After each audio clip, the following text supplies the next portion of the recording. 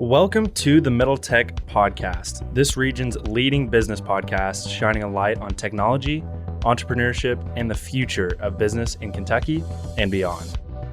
Our goal is to advance the ecosystem by bringing attention to the founders, changemakers, innovators, and those supporting them. Middle Tech's content can be found on your favorite podcast streaming app, social channels, and YouTube. We encourage you to follow and participate in the conversation. Let's discuss and build the future.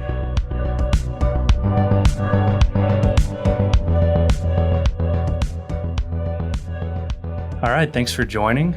We are here doing a little bit different of an episode. We're joined by Middle Tech co-founder Nate up in Chicago. What's up? Nate, how you doing up there in the Windy City? Doing good. I feel like whenever we used to record these, my update would always be weather in Chicago, and that was my first thought literally 2 seconds ago.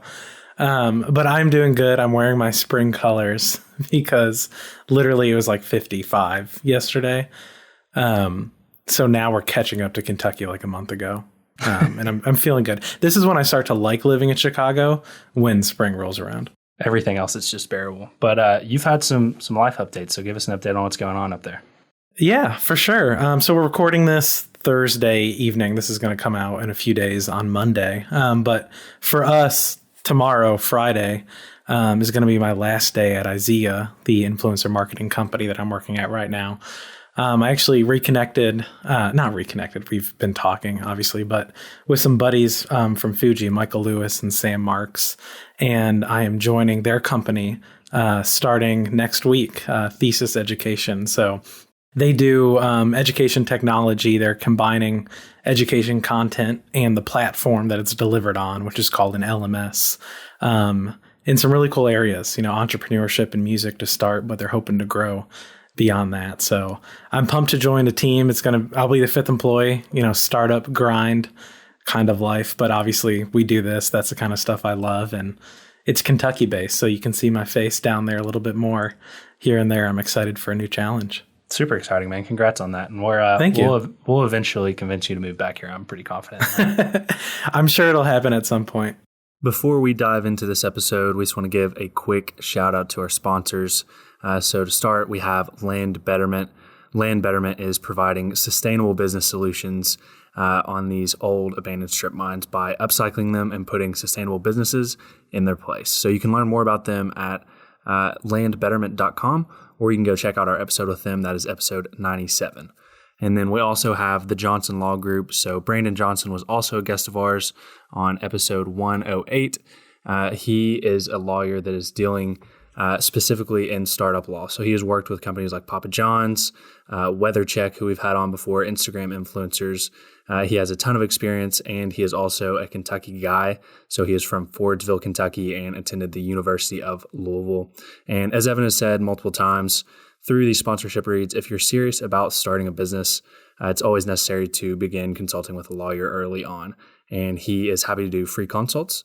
So if you're interested in learning more about the Johnson Law Group, you can do that at middletechpod.com/Johnson Law.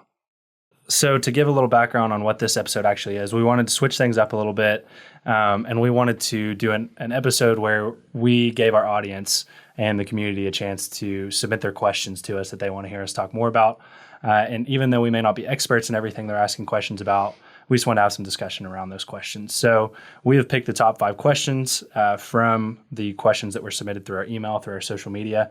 And I think we're going to have a really cool conversation about things like artificial intelligence, social media regulation, technology in general. So, and even a question that I like here from Isaac Meisner, if we could interview anyone, who would it be? So we're excited to dive into all that. I'll toss it over to Evan and we'll get this thing kicked off. Yeah. All right. So first question here. I'm hearing a lot of buzz around high job demand for skills with Salesforce. So for those of you that don't know Salesforce, it's the world's largest CRM provider. They're based out of San Francisco, both nationally and here locally in Lexington. Are you seeing the same trend? If so, why do you think the demand is so hot for these skills right now? It seems like there's a very low barrier for entry for people that want to get into this space and get trained and take advantage of these opportunities. Who asked that? That was Alex Fackler. Appreciate that, Alex. So I'll kind of start off with this one because I have a lot of experience with Salesforce. I've developed and worked on custom instances with Salesforce. I've kind of dug into what you're alluding to here, which is I didn't develop necessarily like code, but Salesforce has some really cool customization tools behind the scenes that you can use, and I've built custom instances using that. So Salesforce, I'll provide some general software background. So Salesforce, like I said, is developing a product that is a software product, a SaaS product called a CRM. The CRM category is the largest of all software categories. You really can't have a business without a CRM. What a CRM does is it helps you manage all of your customers and all of your leads, all your prospects. It helps you support them after they've bought the product. It really does everything. And now it's starting to organize and kind of control, in a sense, Internet of Things devices.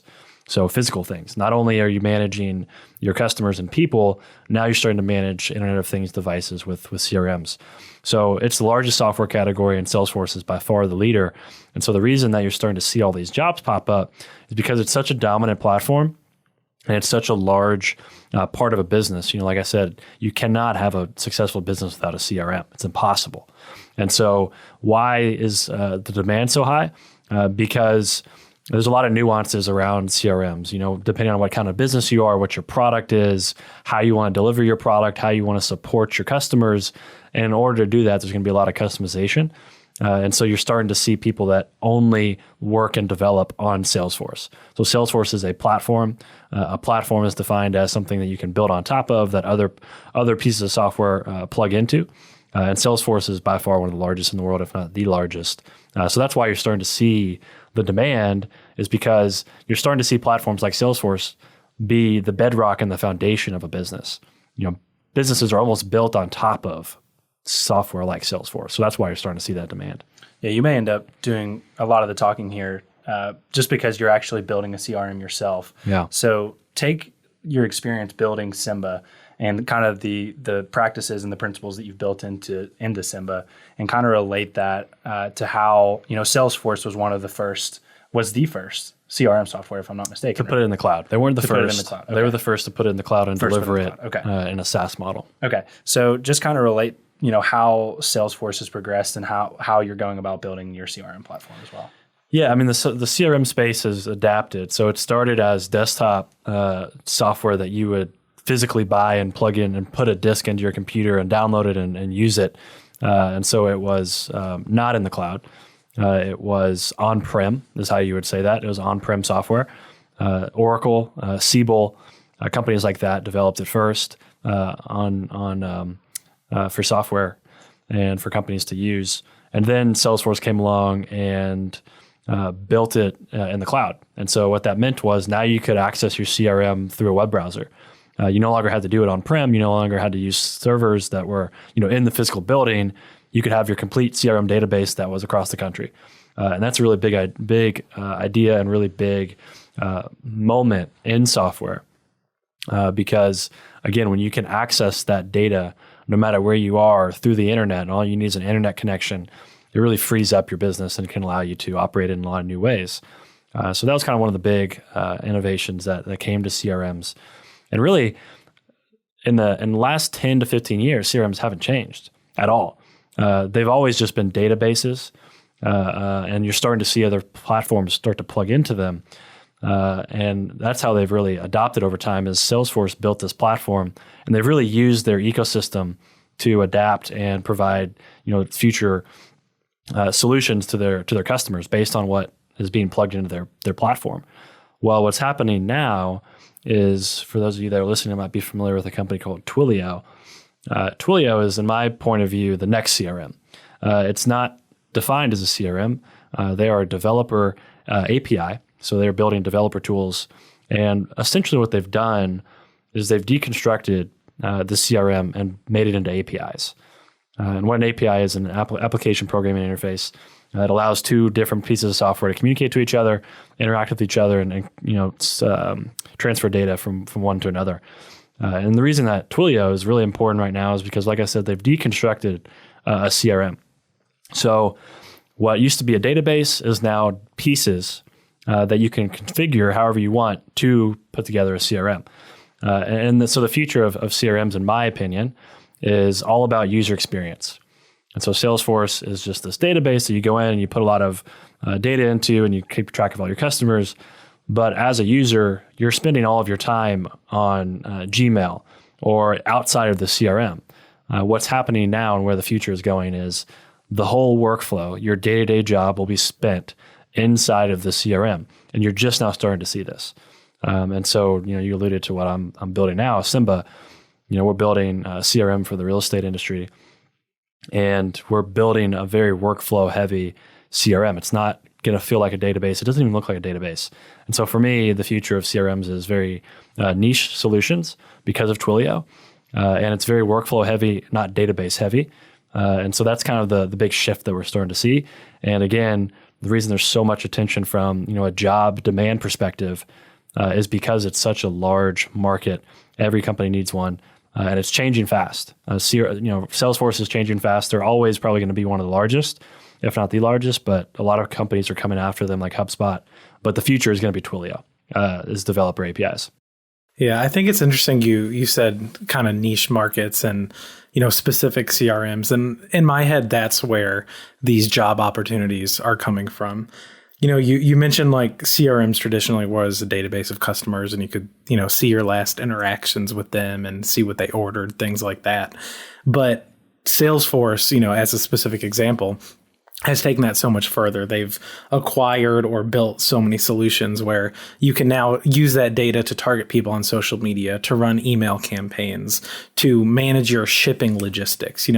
Obviously, if you think about a modern business, the customers or the clients are the center of the business. Well, pretty much every operation, centers around that, and Salesforce can plug into that.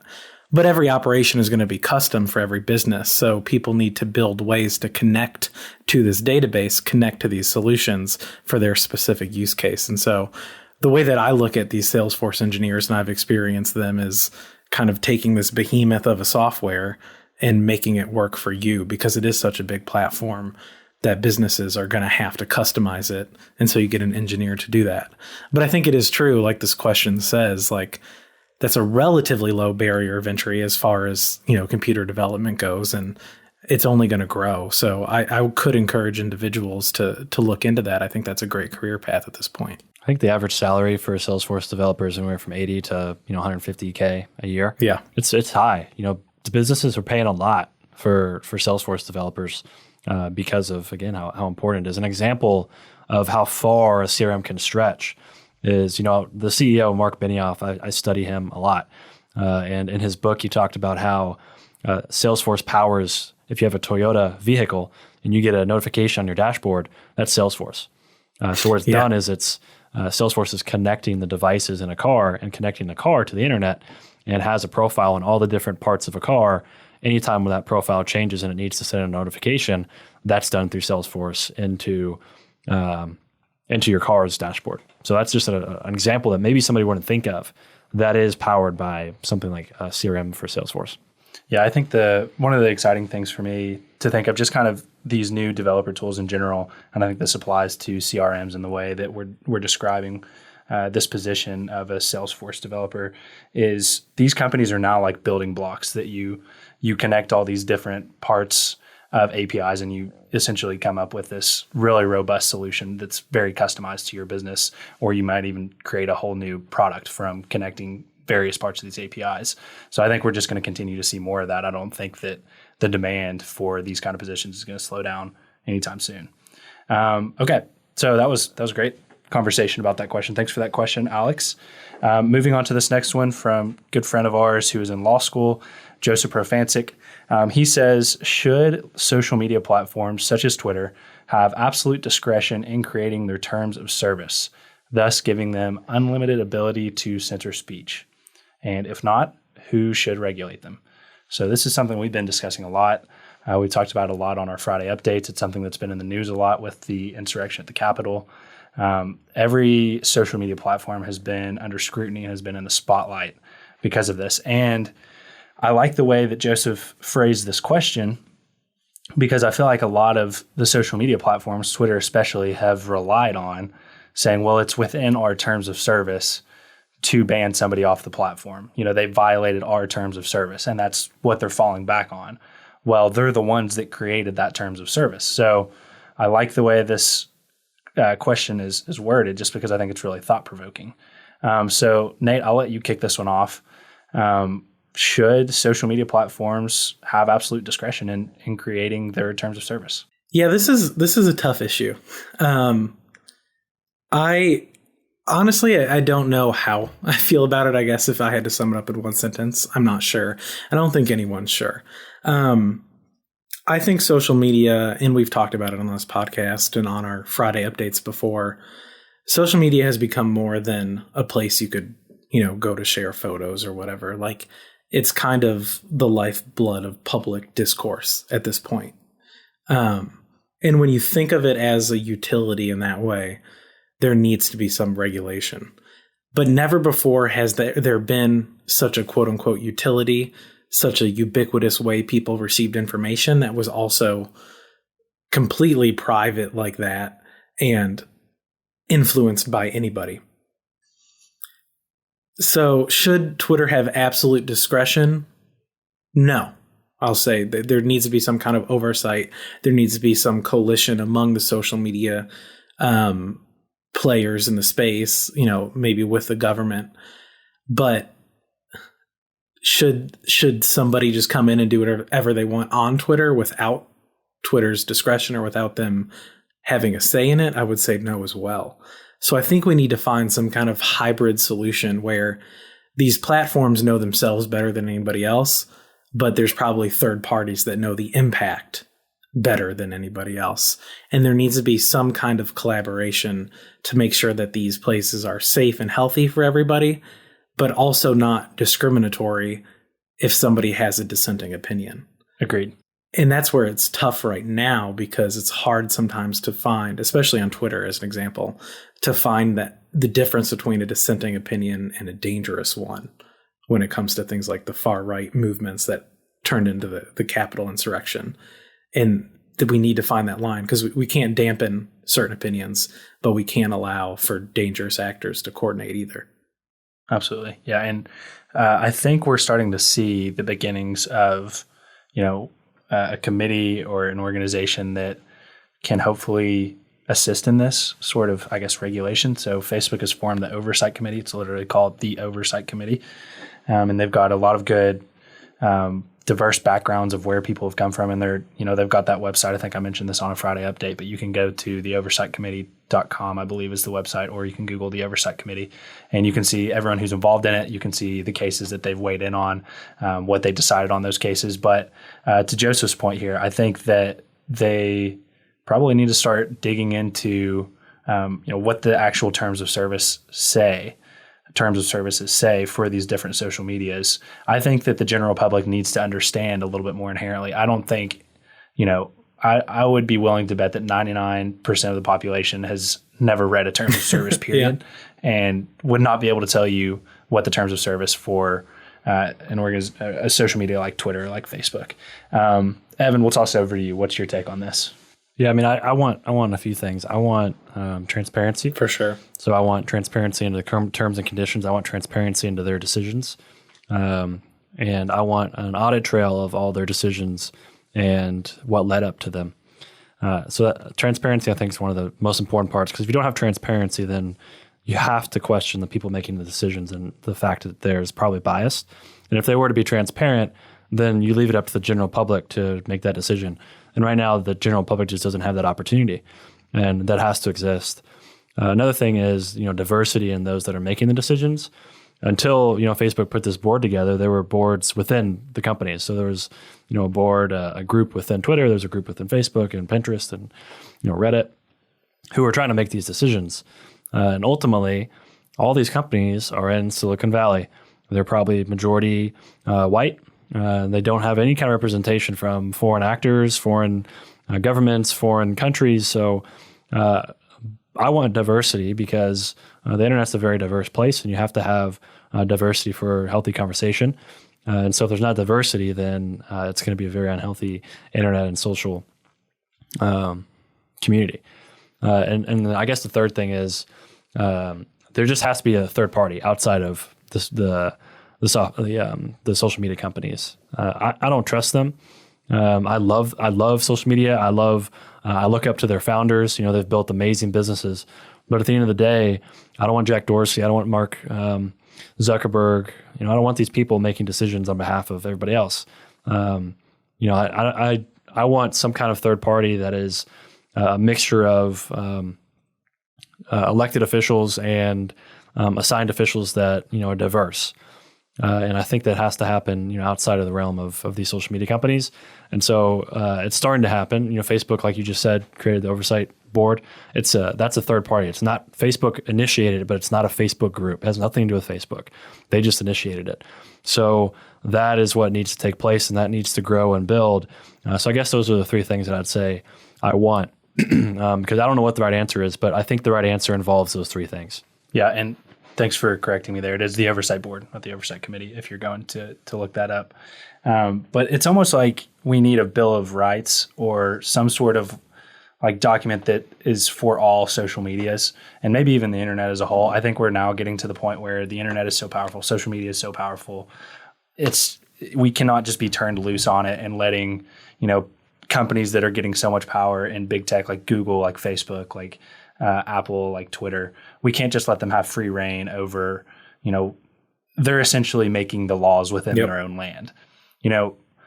No longer can you really separate the physical world from the virtual world. Like they are married very closely together now. They're almost one and the same, you could argue. And it's, there's laws in the physical world that here in the United States, the government is the one that's creating and enforcing those laws. But in this virtual world, it's, the laws still apply to an extent, but now these big tech companies have a lot of the influence and a lot of the say and are making a lot of the decisions. And I think more and more people are not okay with that. And I think going forward, it's going to be, more people are going to understand the implications of that. And we're going to see more and more problems arise. I think the Capitol insurrection was the first major thing that made everyone wake up and be like, oh shit, like, look what we've created here, Yeah, and then we've got to figure out the laws. Yeah. No, I think it's scary. Like, in some ways, the government doesn't know how this stuff works. Like, if you listen to, Mark Zuckerberg or Jack in front of Congress, like some of the questions are like, so you could take down a tweet, but it would, someone could have still screenshotted it. Like, there's questions like in the vein of that. And it's like just, a base misunderstanding of how these things work. And we trust the government to protect us. And they just need to know where the world is going, because like you said, it is such a meld of the internet and the physical. So there needs to be that involvement. I agree with you, Evan, that, the players in the space, the companies can be involved, but there needs to be third party. Because at the end of the day, like, even if it was, I'm just using the government as kind of, the default oversight. Like, even if it was the government working with the Reddit censorship department, let's say, well, the Reddit censorship department still has a mandate to make Reddit money because they're part of the company. And like, content that is controversial gets eyeballs, which makes money.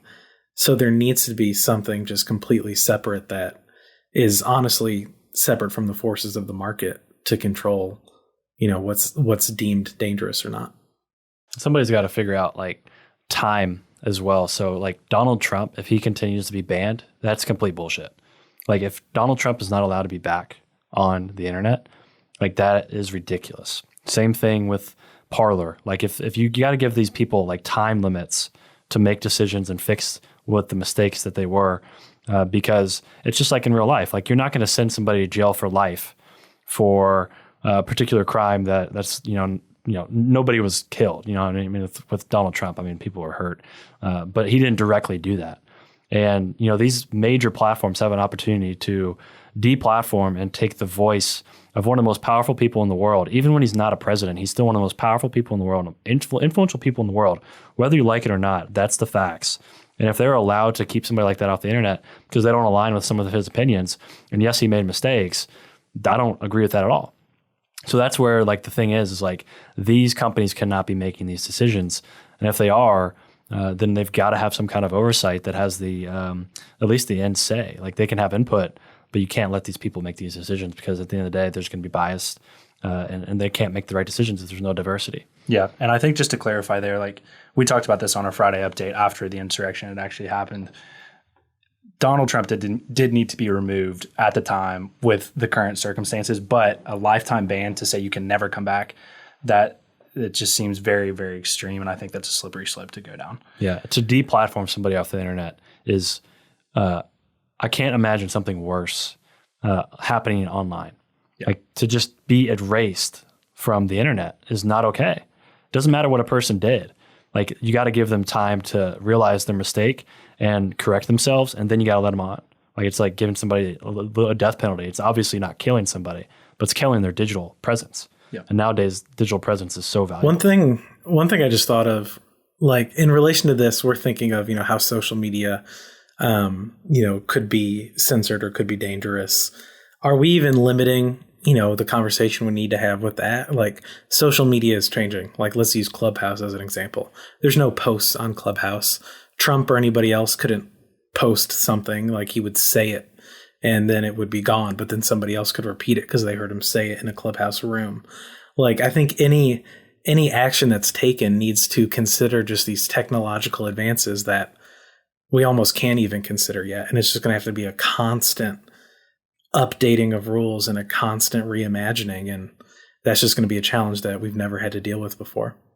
Yeah, which is why it needs to be by people who really inherently understand the power of technology and where things we got to get people like Mitch McConnell, and like we got to have like term limits for these people that are just complete dumbasses. Exactly. Like Mitch McConnell has no business being in the government anymore. There's a lot of the Senate that just needs to go drive around their $200,000 Mercedes into their mansions and just retire and go away. Yeah. Okay, moving on.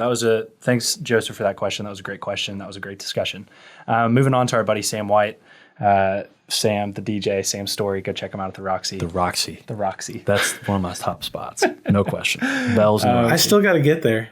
We'll get you there. It opened the weekend after I was down there. He DJ'd for the first time a couple weeks ago. Absolutely killed it. Last week I was there again. Killed it. So I love what they're doing. The Roxy is a cool spot. Go check it out. Okay. His actual question, though. He asks, how is understanding rapidly changing technology related to success in business? I think we can answer this one pretty quickly. Yeah. It's essential. Businesses are being built on top of software.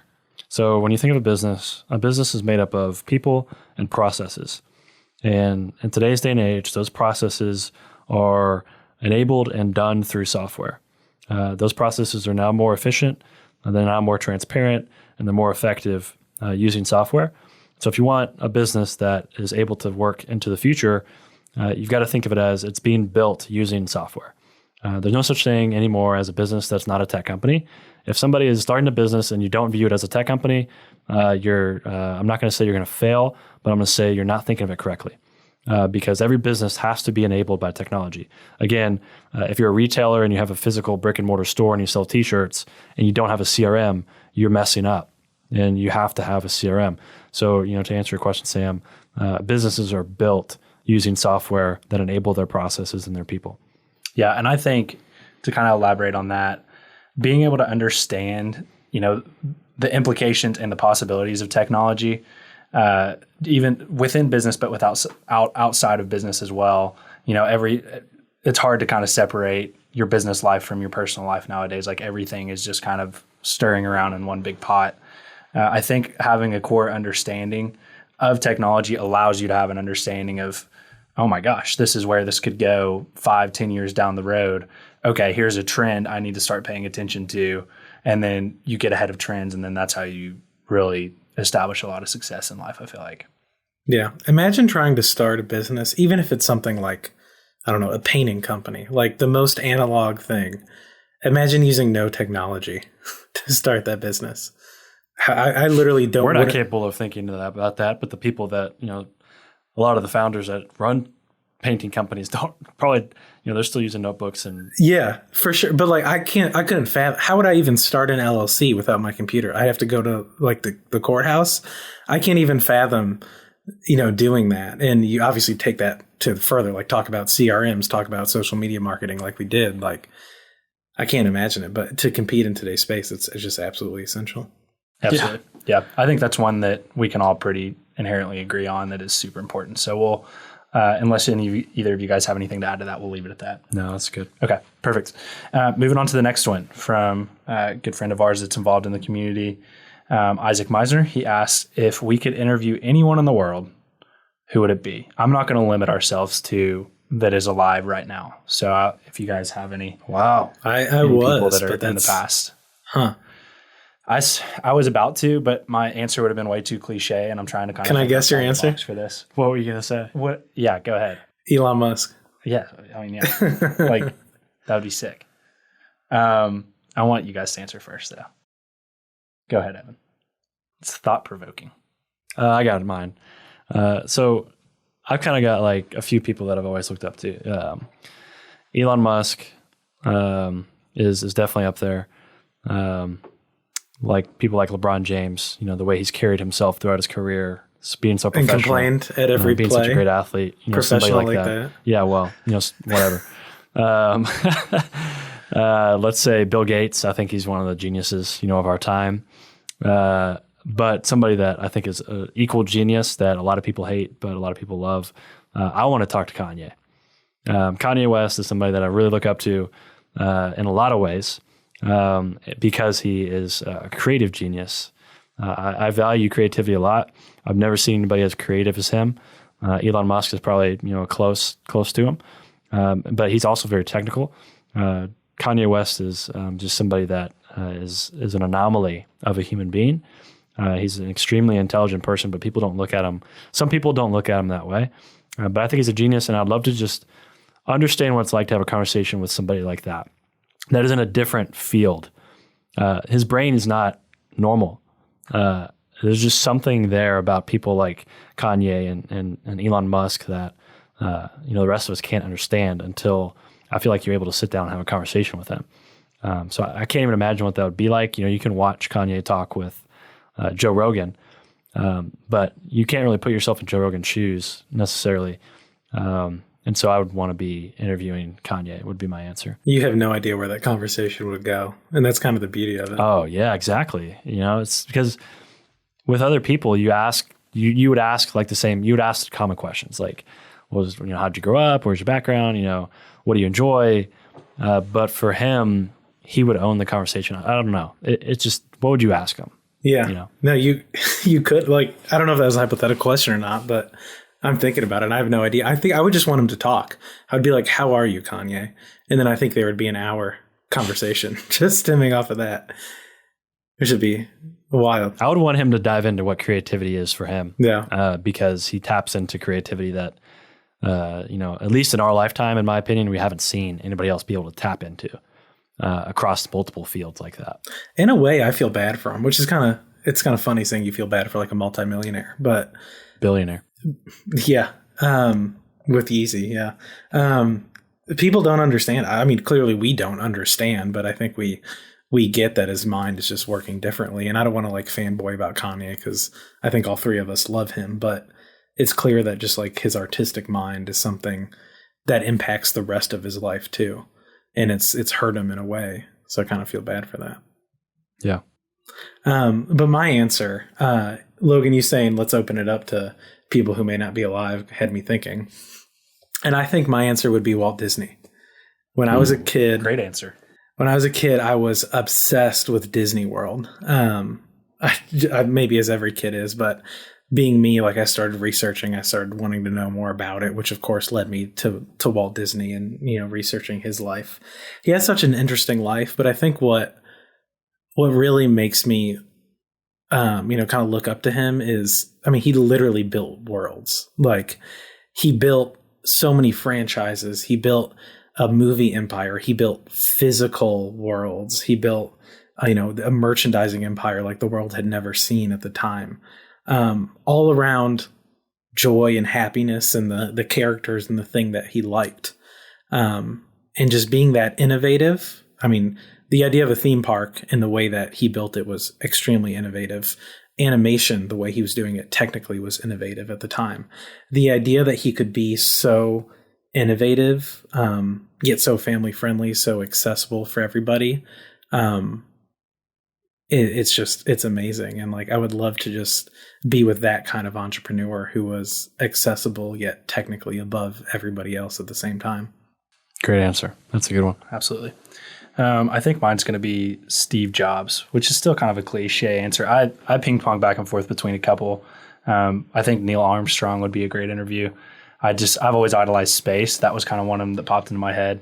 But to be able to talk to somebody that literally stepped foot on something other than Earth I feel like that'd be an incredible, to hear him just describe that. I would just ask, like, describe going to space, being on the moon, and that would be an incredible conversation. But Steve Jobs, I just think of anyone that has impacted the most lives that I've been alive at the same time as, I can't think of many other people other than Steve Jobs. Like, our entire what is going on here is powered by what Steve Jobs created. We're recording on an Apple MacBook. We're reading our notes off of an Apple MacBook. I was slacking you off of my Apple iPhone, and just started an absolute revolution of technology. And, you know, the way that the Apple has grown since then, and just the vision that he instilled into Apple, I just don't think it could be understated. And the way he talks as well, you know, any of his speeches that you'll go and listen to, I feel like the interview would be just so robust and packed with really awesome wisdom. And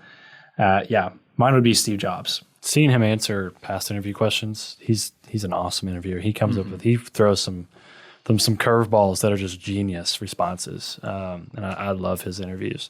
But yeah, you know, I think you're right. There's not many people that have impacted as many people as Steve Jobs. You know, you've got Jeff Bezos, who, you know, AWS is touching everybody every second of the day. You've got Mark Zuckerberg, who's connected almost 3 billion people. You've got somebody like Larry Ellison, who built the database that so many companies are built on. People don't know about that, Oracle. And then there was one more I'm forgetting, but I mean, he's got to be up there with the people who Larry Page at Google and Sergey Brin at Google. But yeah, Steve Jobs. I heard an awesome quote that the smartphone is the greatest device ever created because it was the biggest platform that you could possibly create. It's the platform you carry around in your pocket. Yep. You know, that's the biggest, most important part. I'm excited to watch Apple get into like the metaverse and AR and VR and kind of take that platform a step further. I think that'll be kind of our children's, I don't know, that'll be our children's iPhone. I kind of picture that. So exciting stuff ahead. But yeah, I appreciate that question, Isaac. Those are some really cool and thoughtful answers. So moving on to the next one, another technical one that none of us are really qualified to answer, but we're going to have a discussion about it anyway. My friend Trent Woods, who is in the Air Force right now doing a really cool computer science role of some sort. Sorry, Trent, I don't know your exact role. But he asks, will AGI, which stands for Artificial General Intelligence, ever actually be achieved? Some researchers feel very passionately yes, and some very passionately no. Some say maybe in 1,000 years, some say maybe in 10 years. That's a big one. Artificial general intelligence. That's a big one. That's something that's starting to get a lot more traction. You know, we pulled up a little research report. We'll lead off with that, and then I think Evan has some really good insights on this GPT-3. GPT-3 and then AlphaGo is another big one. AlphaGo. Let me pull up this study that we found. Okay, so we found a study from 2009 that interviewed 995 experts in the field of artificial intelligence. And just some like quick bullet points from this study. Of those 995 experts, 10% think that AGI is likely to happen by 2022. This was taken in 2009. It's now 2021. I don't think AGI is going to be here in the next year. The share jumps up to 50% for 2040. And then by 2075, 90% of experts believe that we're going to reach artificial general intelligence. That's an old-ass survey, though. It is an old survey. I would like to see the updated numbers on that. Did you find anything on that? It looks like you're looking at something. I did read a Verge article that came out in 2018 that 23 of the top AI experts in the world were asked when it was going to happen. the average was 81 years. So 2099 was the average. Wow. 50% chance that it'd be built 2020 by 2029. So it's all across the board. There's nobody. 2029 is pretty quick. Yeah, it's pretty quick. So it's kind of all over the place. Nobody really knows the answer because nobody really has figured out yet how to map. One of the quotes is, can you map the human brain? Because in order to create a general intelligence, the only thing in the universe that we know of that has general intelligence is the human brain. So how can we possibly build general artificial intelligence if we haven't done that yet? If we don't even know about, we only know a sliver about the human brain. If we only know a sliver about the human brain, how can we replicate it? And so I guess the answer would be, well, you create artificial intelligence to map the brain and study the brain and use, image recognition and study, electrical pulses and stuff like that. But I don't know the answer. What I will say though is this is for the audience to go watch and learn about two things. If you want to learn about artificial intelligence and where it's at right now and how fast it's moving, go study GPT-3 and what OpenAI is building. So OpenAI is a company that was established by people like Elon Musk and Sam Altman and several others that are the best artificial intelligence experts in the world. And they created OpenAI because there's a fear that if there is not a company that is building artificial intelligence for the general public and making it open source, then a company like Google could come across and develop general artificial intelligence and just absolutely dominate the world. Because the first people to develop, general artificial intelligence is going to dominate. That changes what it means to be human. That changes everything. The world's no longer the world after that happens. It's something different. And so the first person to create that is going to have a level of control that we actually can't imagine. And so what OpenAI is trying to do is make sure that doesn't happen in the wrong hands, and they're trying to open source it. And so they created something called GPT-3 that I really encourage people to read about. It's probably the most powerful artificial intelligence that's been created to date. Essentially what it did is it scraped the entire internet, read every single word on the internet, and has created a way for businesses to plug into it and use that data. So basically, again, they scraped every single thing on the internet related to text. And so an example of how somebody would use that would be a researcher or a student. Let's say a student. You're a student and you've been tasked to write a 20-page paper on how Bitcoin is related or similar to a religion. And by the way, throw in, let's say the example I remember was throw in Islamic terrorism. Just throw it in there. And by the way, write 20 pages about this. And it'll write a research report based on what you tell it. And you cannot distinguish the research report that GPT-3 wrote from what a human would write. It's impossible. You can't tell the difference. That's how powerful it is. So you just tell it to do something. You write a sentence, write me a paragraph about Jesus and how he did this. And it'll just go scrape the internet, and a few minutes later or a few seconds later, boom, you've got a paragraph. That's some crazy stuff that the world hasn't seen yet. That came out in the last couple of years.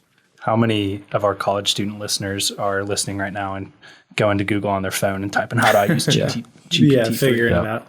The downside of GPT-3, I think you kind of alluded to there, is that it's only text-based, which there's two considerations there. One, it's only text-based in the things you train it. So like every time somebody new accesses it, they have to train it. So if they wanted to train it to write research reports, like you said, they would feed it 1,000 research reports and it would understand and it would be able to do it itself.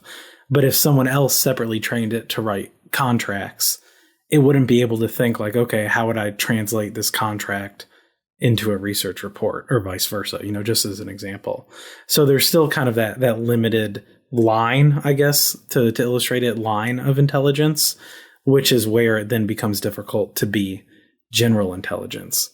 But on the flip side of that, they use GPT-3 to make images now. There's something called DALL-E, which OpenAI created with GPT-3, and it basically just translated images into text because that's what it can understand. And then it made some algorithm to, 1 pixel equals this in text, and it would feed it images through that algorithm. And then GPT-3 could spit out text, turn it into images, and make like lifelike pictures. And you could say, I want an image of a cat that looks illustrated, and it would do that. You could say, I want an image of a cat wearing a t-shirt that looks like a photograph, and it could do that. So like we're getting there, and I think quicker than we thought. It's also scary because if you think about what software development is, it's a language. And so people are using GPT-3 to just develop websites, front-end websites. So you can say, develop me a website that has a call to action button at the top with a picture of an elephant. And by the way, write me some copy that relates to a CRM and why people need CRMs. And it'll just generate a website for you without you doing any work. So that's the kind of stuff that it's capable of. Another thing people need to look into is a documentary. I think it's on Netflix, it's on YouTube, it's on several different platforms, called AlphaGo. This was a big moment in history because the thing about AlphaGo was it happened way before anybody expected it to work. So what they did was there's a game called Go. It's more popular in Asia and Europe than it is here, especially in Asia. But essentially, there are an infinite amount of moves on the board. So what that means is it takes some creativity to win this game. It takes you can't create an algorithm to win the game, a defined algorithm. There's no rules that you can just apply to it. It's creativity. There's moments where you can make a move that doesn't make any sense, but it ends up being smart later down the road in the game. So this was a challenge that people posed to developers in the artificial intelligence community to say, I bet you cannot develop an algorithm or develop a way to beat the world's best AlphaGo player. And they did it way, way ahead of schedule, like 10 years before people expected it to work. And they destroyed the world's best AlphaGo player. And people were just mind blown. They had no idea how this was possible and how it happened so fast. But a company that ended up getting acquired by Google called DeepMind developed this. And to date, it's still one of the most powerful artificial intelligence creations because, again, it exhibited some kind of creativity. So it taught itself how to play this game without much human intervention. And it just taught itself how to play and use creativity to beat a human. And it was just an unbelievable moment in history. So I encourage you to go watch that documentary because it'll open your eyes to how fast this stuff is moving, how complex it is and powerful it is. Because if you can apply that algorithm to teach itself to play a game with infinite moves, what else can it do? What else can it learn? And this is ultimately, again, what leads to general artificial intelligence. General artificial intelligence will be created by artificial intelligence, I think. You know, that's my perspective on it. Yikes. So if you create the artificial intelligence that creates the general artificial intelligence, you know, the signs are pointing that's going to happen faster and sooner. That's going to happen sooner than people believe. And something that I think is scary is when you relate that to deep fakes, and then you can't believe anything unless you see it in person. Like that, the Tom Cruise one going around is if pretty freaky. Search Tom Cruise deep fake if you haven't seen this yet. It's gone viral, so you probably have. But that stuff is crazy. And to kind of take all this and condense it and throw it back to Sam's question, you know, relating that to what Evan was talking about being able to build a website. If you, one, know this stuff exists, two, understand how it's working, and then three, can educate yourself enough to actually use it. I mean, just imagine the advantage that you have over those that don't going into the next 5 to 10 years. So that's why we're so passionate about learning this stuff and about talking about this stuff and trying to educate other people about it is exactly what Sam's saying here. Look at the world's richest people. Yeah. The only person that's not technically savvy in the top 10 is Warren Buffett. Everybody else, tech companies, tech moguls.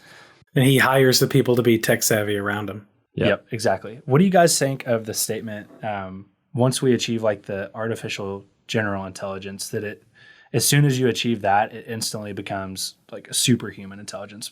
Is that it's more than that? It becomes it transforms society. Like it's singularity. It's singularity. Yeah, it's that's what I've heard. Nobody has any way of comprehending what happens when there's a something that is all knowing and all powerful that you don't even like. There's no way to understand what would happen. Does AGI immediately mean singularity, or is there a difference there? No, there's not. There's not a difference. Singularity is essentially when you create general artificial intelligence that can, it's a new thing. It's a new. It's like artificial intelligence. This like the only thing that compares to the invention of artificial intelligence is electricity and the internet, like the fact that during our lifetime, artificial intelligence has been developed in a way that's actually super useful and powerful is like watching electricity be created. And people don't think of it that way, but it is that level of an invention. And when it reaches the point that it's general artificial intelligence, there's no way for us to know what happens. It's the next phase of the universe. Yeah. Crazy. We can't imagine what that would be like. You wouldn't have to work. You wouldn't have to do anything. Like, what does that look like? What do humans do at that point? Yeah, that's what I'm saying is like it just changes. Changes everything. It changes what a human is. It does. Okay. This was an awesome discussion. To those who submitted questions, thank you so much for doing this. Please reach out to us. Let us know what you thought of our responses to your questions. To those who thought this was cool and want to submit questions, just start sending them to us frequently, and we'll start keeping a document of them, and we'll just start regularly doing some audience question episodes. So give us some feedback too. Like if you got feedback, like let us know. Let us know. DM us, middletechpodcast@gmail.com. Email us, DM one of us on Instagram, on Twitter, anywhere. It's easy to get a hold of us. So we want to talk to our listeners. We want to engage with the audience. Please do that. But other than that, anything that you guys feel worth plugging before we hop off here? We've got some cool series coming up. The real estate deep dive. Be on the lookout for that. We've got 2 episodes out of the developer deep dive, which we're very proud about. We got Justin Hall hosting that. A lot of cool stuff going on with Middle Tech right now, guys. We're very excited about it. Subscribe to our newsletter on our website, middletechpod.com. You got to sign up right there. We send that every Friday. Absolutely. We'll be getting some new merch here soon, so you guys can be swagged out, hanging out in the startup community, either in Lexington or wherever you are. Cool. Thank you guys for listening. We hope you guys enjoyed this. We'll see you next week.